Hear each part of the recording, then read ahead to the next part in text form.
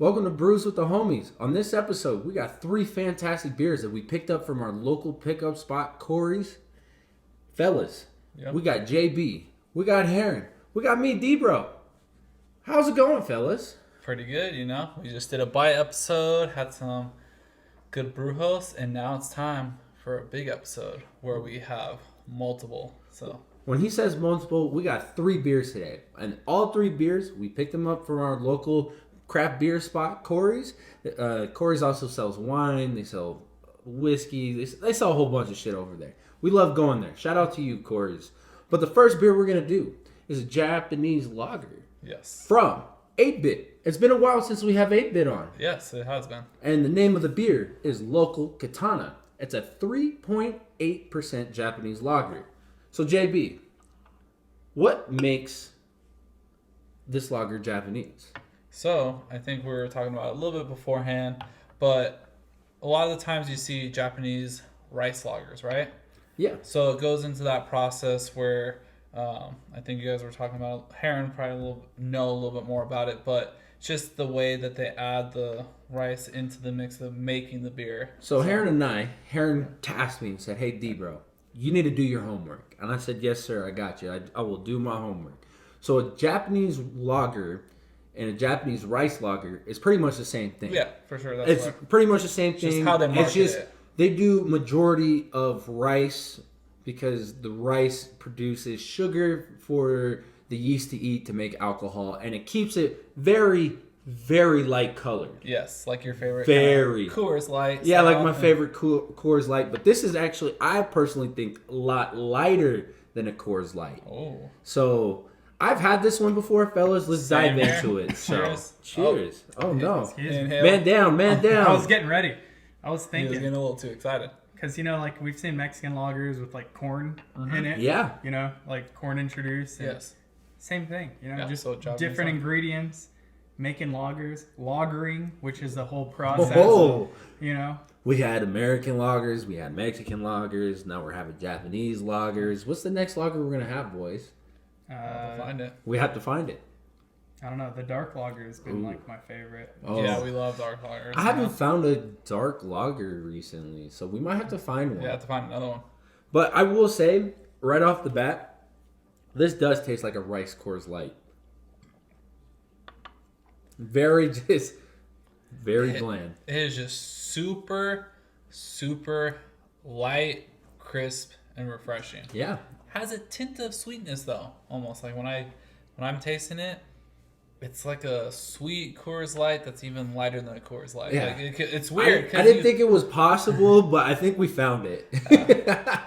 I almost want to DM 8-Bit and be like, "Yo, did you guys when you had this be like, oh shit, we accidentally discovered the rice version of a Coors Light?" It's like did we just find the ultimate light beer, right? Like, right? And what's crazy so about this ABV. is too, it's only 3.8%.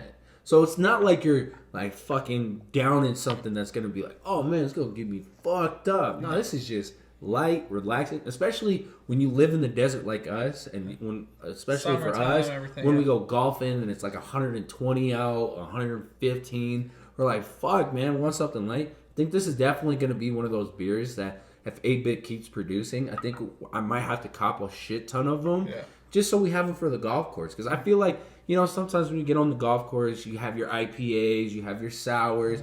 Yeah, it's refreshing, but this right here is just classic. Trying to keep concentration, but want a little bit of something to take that edge off. Yeah, that's what I was thinking. Yeah. Something like this, just incredible. It's, we used to joke like the Montucky, the beer in between beers, stuff like that. But this is what I'm talking about. Beer in between beers, something light, crisp. I'm not in the mood one night for, my heavy hitters or even like a 6.8 IPA. I'm just gaming with the boys, playing some ranked, gotta grind it out, or hell divers, gotta focus up real quick, just relaxation beer. Just something we can sip on. Heron, I know JB and I kind of dominated this beer, but what are your thoughts? So I was thinking about, how there's Japanese dry lager. Yeah. Right? I don't know if the rice itself adds a little bit of dryness to it. I'm trying to figure it out, get that mouthfeel going. it feels a little dry. Yeah. It doesn't feel like wet. It feels like, when you drink a wine that's a little dry and you're just like, okay, all right, that's taken away at least the perception of hydration.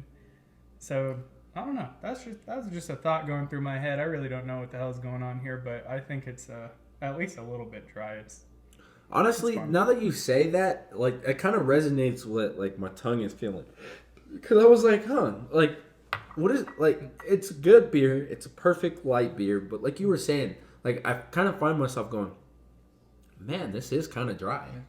But honestly, I like it, though. So, look, it's like that thing where, when you get that kind of slight dry, slight sweetness, it keeps bringing you back for more. I think that's what we're getting at, is something like that that's so light and refreshing. You want to keep drinking more of it, and I think that's what it kind of embodies. I know on the style I was looking on Untapped, it says brewed to be paired with your favorite seafood dish. Drinks very light and refreshing while carrying notes of lime zest and lemongrass. Ooh. Can I say that is just very... Now I got to take this when I go have revolving sushi. Ooh, there you go. Yeah, man. Any kind of fish, any kind of... I don't know. It's just so light. It's not going to be like heavy, and it's going to go well with a lot of dishes. So rating-wise, let's go across the board. Knock it out here. I think I rated this on Untapped. Yeah, you rated it a 5, I saw. Yeah. Honestly, it is a 5. Yeah. I mean, for that category, especially super light beer. Yeah, and I'm a whore when you have a Japanese lager or Japanese rice lager. Yeah. Like, Heron put me on, and ever since he put me on, I've just been on that wave. And honestly, this is a 5 for me. Yeah, like, seen it at Khoury's for a 4-pack. It was a great, reasonable price. Like, it's a no-brainer. I got it, then I know you got it. I'm sure Heron's got some. So it drew our eye, 8-bit, hits all the boxes. Heron, what would you rate it? I mean, there's almost a little too much flavor going on in this thing. Yeah, as you can tell, I have none in my glass. Yeah. And there's a little, I don't know. It's like, it looks like water with like a little bit of yellow, like the tiniest bit of yellow food coloring to it, right? So it's cute. It doesn't look super appealing, but it kind of looks like glass in a way. I don't know. I would rate it about, I would say like a 4.2 if I were to throw something at it. Okay. Yeah. I'm not going to reach for it. I don't absolutely love it. Japanese style. I mean, I guess they're definitely sweeter than this. This is on the less sweet side. Like when we talked about sweetness like a little bit ago, it's really not that sweet. It's just got a little other flavors, sweet, like it's just, I don't know, it has its own like cloudiness to it in a way. Yeah, I guess that's what it's saying, like that lime zest and like lemongrass. Maybe that's what the more you drink it, the more you're getting that kind of taste. It's like a mist of lime, or what was it, the lemongrass. Yeah, it's like a mist of lemongrass just going over your tongue. It's not necessarily like a sharp one. Yeah, it just like hangs out and it exists, and it's a good beer. Yeah, it's just good. So JB, before we move on to the next one, we've been busy, boys. Yes. Heron just got back from Seattle. We went to Tenaya Creek, or now known as Beer Zombies Co. A brand, of Beer Zombies, And we were there for St. Patrick's Day. Heron and I were there for their 10th birthday celebration. Yes. We've been out there. Heron and I it was just me and Gab. We went to Astronomy's last day. Yes, That was very sad. Very, very sad to see that place go. But hey, it's part of life. I mean, at least we got to experience. At least we got to experience it. Have a couple good beers before they're out. But we've been out. If you see us out, come say hi. Come chat with us. We're not gonna bite. We're not gonna yell at you. We're gonna invite you to sit down with us. Let's have a conversation. We could talk sports. We could talk anything. Yeah, beer. Besides politics, we don't talk politics. Yeah, that's the one rule. No politics. I went to school for that. What do you mean? I know, he's a lawyer. Yeah, I mean, if you want to talk politics, you can talk to Heron. Yeah. JB and I, we're gonna only if you're gonna vote for me if I run. Yeah, there you go. Exactly. Hey, throw it in there. Also, too, we usually bring stuff to share. It's a big thing when we're out. Even during St. Patrick's Day, I brought a stout from Peer Project and A-State to share. We've had it before. It was now I'm going to forget what the name was. Which stout? The A-State and a Circular Paradigm. Yeah, Wait, yeah. is that the was the you one. had that? Yeah, I brought it during the St. Patrick's Day. Remember I brought the little tasters over? Oh shit, I had no idea that was that one. Yes. So Okay, that was the one. cool. Yeah, I brought to share with people. So yeah, make sure to always check out what we're bringing. To wrap this one up on the first beer, I would rate it probably 4.8. Pretty high up there. I've already drank a 4-pack, and I think I had 2 more cans in the fridge. So definitely something that I like to lean towards when I don't want to drink anything heavy. So killed it. We have a favorite on the pod. And Yes. it's been a favorite now for since last year around this time, especially for you guys, and especially for our guy over here, Heron. We got another Solaris beer on the podcast, boys. It is Door into Springs. It's a hazy IPA. Let's see here. What does it say? It's a 6%er, boys. Yeah. And it's just a hazy IPA, just a single. Nothing too crazy that I can tell off the top. What are you guys getting for smell wise? I'm getting a single. Where the singles at? Whoa. Single Wait a IPA. minute. Singles? I was like a DJ right now. You know, Yeah. where are all the single ladies at? Cheers. All the single Where ladies? the single All the beers at? single ladies. A little citrusy, a little sweet on the nose. That's what I get. Man, I don't know what's going on. I feel like the last 3 beers we've had, and when I say 3, we recorded a bite episode before this. So if you guys are counting at home, this is our second one for this episode. But I don't know. I just feel like everything's been going down really smooth. I feel like the flavors come up after like the first 2 sips, though. You didn't pregame the podcast, did you? We did. We did. We had a Tripping Animals on. Oh, that's cute. Yeah, we had their Mortalis collab, actually. I didn't even realize there was a Mortalis collab. Let's see here. Let me see the camera. We're going to pass JB the can over here. It's his mic. He's going to tell us what's up with this beer. Yeah, because I'm just curious because of the flavors. I'm trying to interpret it, and I don't know, maybe Heron could go and kind of give us a little peek into this because there's some flavors like I feel like I recognize, but it's just not coming through right away. The hops are giving me like a little earth. Yeah, it's weird, right? Because I'm getting like A little earth, almost a little funk too. a Like little earth, but it's like a dry, but kind of clean, but still kind of hoppy. I'm getting a lot of things. going through Honestly, this. I wouldn't be surprised if there was Citra in this. Yeah, so the hops in this, hand-selected Citra, Cascade, and Simcoe hops. Hoo-hoo! Dbro starting to get the flavors of some hops.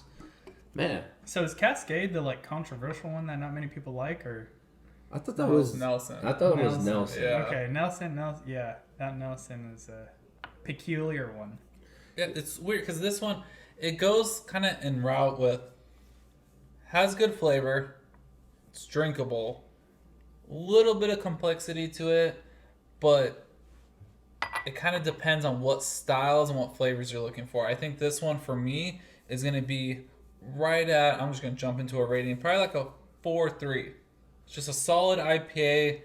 I don't know how to feel about it. It's just all over the place a little bit for me personally, and I'm getting to like it's kind of clean, a little bit earthy, a little hoppy. It's like a bunch of things going on, and I would drink out. Probably have like this one, and then have another can at the house if I just wanted to have a single IPA, something low ABV.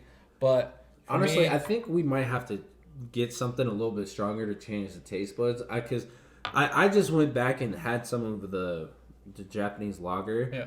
And I feel like the taste is kind of similar onto both of them. Yeah. So I feel like our palates aren't getting the full effect of that flavor. yeah. So we might have to come back to rate this one Yeah. after we try this next one. Yeah. I don't know. That's how I'm interpreting it. Maybe that's why you're not picking up on a lot of flavors, and maybe Yeah. that's why you feel like there's a lot going on, but it's not. Yeah. Yeah. Okay. Yeah. This one's crazy though. So- this one feels more. The one we're having right now feels more like a lemon water, in a way, like a lemon water with a little bit of hops in it. Like it's just like it's nice and light. Like the body's pretty decently light. I mean, of course, not as light as a Japanese lager. No. Yeah.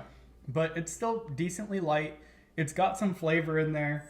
It doesn't have any offensive flavors, but it has, just kind of like a little lemon to your water. Yeah, and it's like Heron brought a good point of it's not offensive at all. It's not like I'm getting any like crazy flavors where I'm like, ooh, I wouldn't like draw to this, but it's just one of those things to where it's not personally hitting those check boxes. And I think Dbro makes a good point.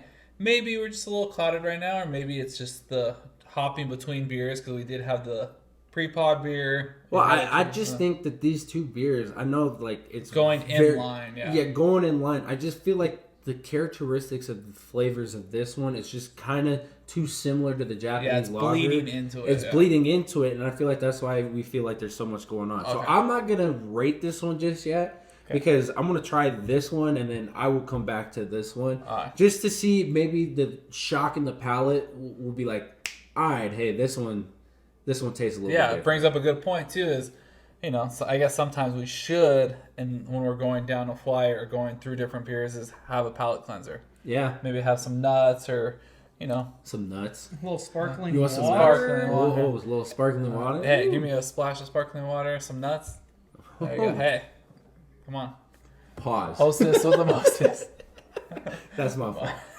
Pause. But all right, introduce the next one. All right, so the next one is another one we got from Khoury's. It's from Tripping Animals.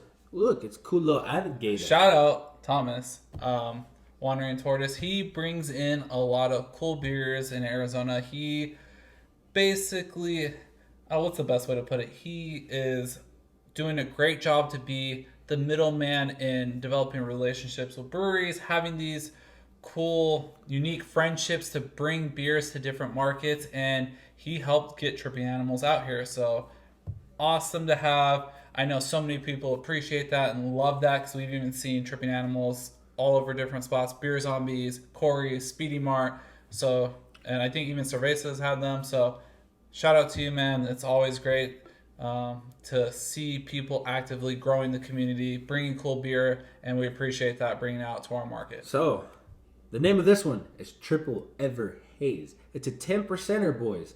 It's a double dry hop triple IPA brewed with Citra, Cryo, Cashmere, Cryo, and Armadillo Cryo hops. Yep. So, yeah, this is going to be a fucking banger, I feel like, and boys. The can art's pretty cool. Yeah, the can art reminds me of Crocky. Yeah, Tripping Animals always has cool can art. We've had them on the podcast plenty of times before. I love their dark lager. I love their regular lager. No Mames, the dark version and the regular version. Always amazing. Before we break it down, and we're going to cheers right now, but Heron, when you smelt this earlier, you said there was a lot going on. So now that you had a little bit of time to kind of gather your thoughts, kind of think about it, I want to hear your thoughts. Just off of the smell that you got. So, when I went to Wandering Tortoise the last time, I don't know, 6 months ago, whatever, I had the Ordinary Ever Haze, which is a double IPA. I don't know what hops are in there. I would assume maybe the same ones, but maybe I could be wrong. Here we have 3 cryo hops. The original Ever Haze, no idea. However, that was one of my favorite beers ever. Yes. Oh, yeah. Like, Ever Haze is incredible. So when I see a crocodile on that thing, I'm like, holy shit, this is going to be good.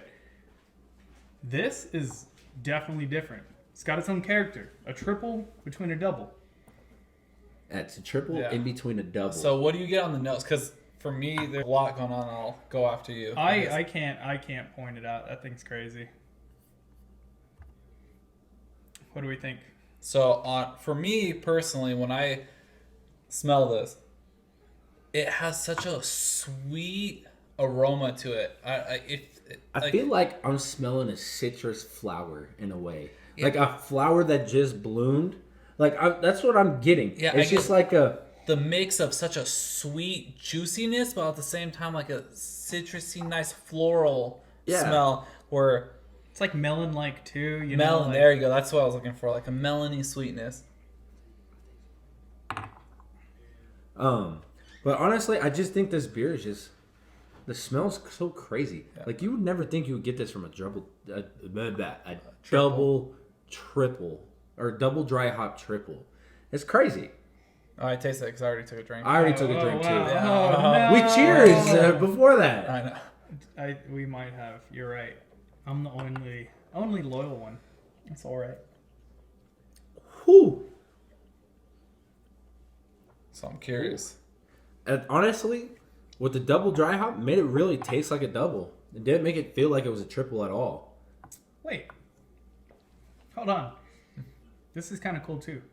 Yeah, no, it's cool. It's weird because like when I drank it and like you hear a double dry hop, and you're like, oh man, it's gonna be kind of dry, and it's not really that dry.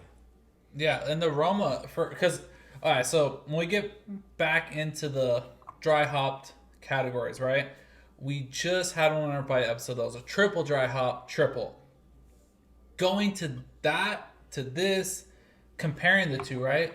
So vastly different in terms of smell, taste. It's crazy because we've been going up the ladder in terms of light, basically a Japanese light lager going to a single IPA to a triple IPA, and then having the time to reflect on this, smelling this triple and tasting it. So when you get into this triple, sweet, slightly boozy, but in the term of like the alcohol sweetness, but not in like a burning way to where it's like nasty. Because some triples you could get that burning taste. This one, smooth up front with a little sweetness, a little bit of that like sugary burn in the alcohol slightly, but overall, great aroma, great taste, unique in its own way. The other one that we had, very different, way more complex. I like that this one, it's weird because I complimented how complex that was, where this one, I'm complimenting the simplicity of it. Yeah. And I enjoy the simplicity of this one. That's why we love beer. That's why we get into this, right? We love how breweries are able to do their own unique tastes and turn and specialties on their beers. Heron, Dbro, I want to hear your thoughts on it because of the fact when you know that I'm the triple lover for the most part. Bro, you're not a triple lover. You're a triple whore. It's my favorite style. Even though I've graduated to enjoying other styles way more on a frequency basis. Triple's the ace in your back pocket. But the most enjoyable is a damn good triple. Because it's just nice to drink a really strong beer and just be able to enjoy the full thing and just relax, you know? But let's get into this. We'll let you go. I'm going to let you go first, Heron. I want you to dissect this. I feel like your table's turning. So you know how there are like two different melons out there? I'm sure there's more varieties, whatever. But you got one melon that looks kind of yellow, kind of orangey, kind of like this. Mm-hmm. And then you got like a white melon, right? If I'm not mistaken. This is more of kind of like a white melon. Okay. It's giving me that melon vibe, maybe after throwing it in my head for so long. And it just really is round. Like it kind of is just like that fruit where it's got that sweetness.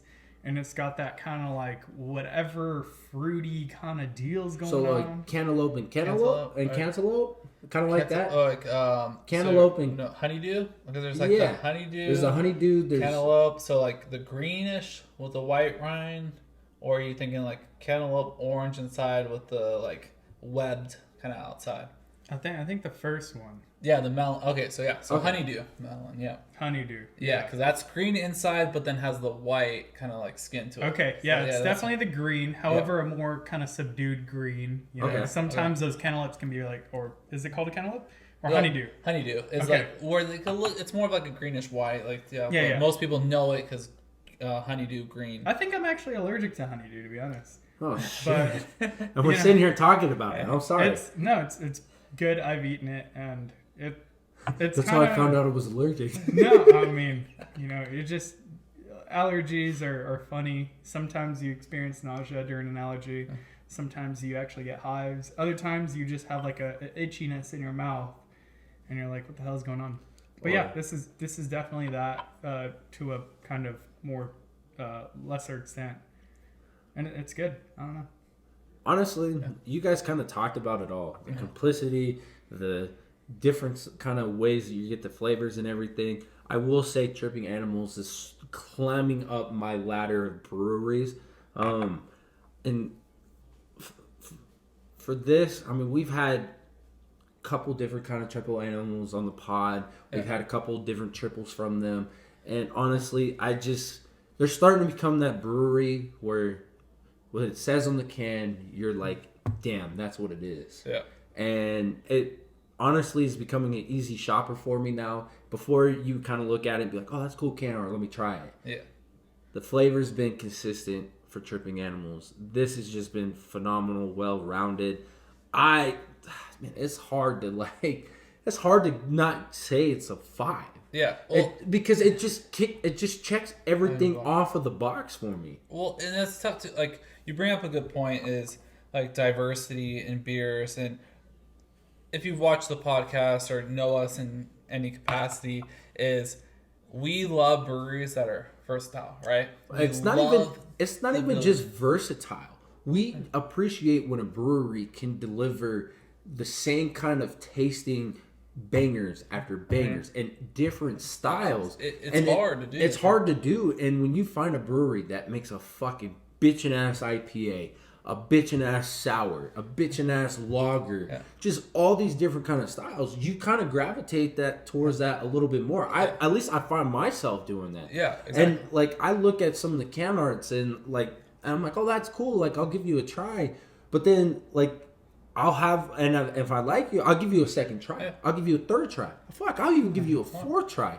But out of those 4 tries, I can't distinguish like your profile or your distinct flavors that you're going for, I kind of lose you. Yeah. Tripping Animals, I think we've had it like, 4 or 5 times on the pod, kind of around there. Yeah, because we've had the regular lager, or the Mexican lager, the dark lager, and we had the stout that we got at Wandering Tortoise, Scarlet, their stout. They had like a little ladybug on it, yeah. And then we've had sours from them too. Yeah, and it's just when a brewery consistently delivers these great flavors, these great beers, it's hard to like not pick up their beer. Yeah. And this one is just another fact of Tripping Animals doing Tripping Animals things. And like it's a flavor and a brewery that I like.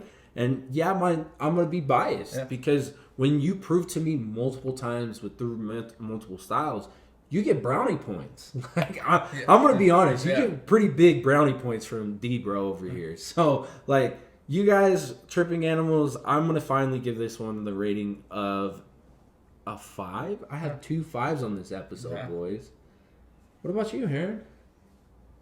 Well, I mean, it's not an incredibly sexy beer. However, it does everything it needs to do.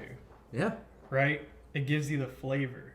It's not like, oh my god, people are going to be racing to get this. However, the fact that we have it in Nevada, incredible. Yes. Yeah. This place is like, where Tripping Animals is what, in Florida somewhere? Yes, Yeah.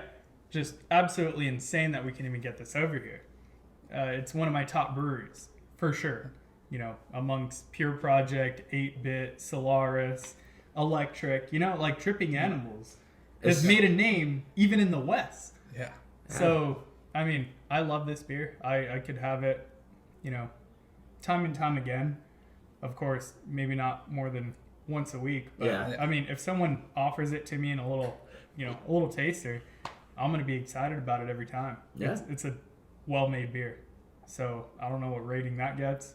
A 4.3, 4.4, whatever. Somewhere around there. Like, solid. Yep. JB. Yeah, I think I'm kind of in the same boat. Probably 4 or 5 for me because, like Heron said, in a different way I'll word it is I'm enamored by the simplicity of it and how it tastes good on those levels. And sometimes that's what you need from a triple. And I like their style. I think I do lean towards liking their single hazy the best out of that lineup, but for this one I still would rate it at 4 or 5, and I definitely recommend people trying it.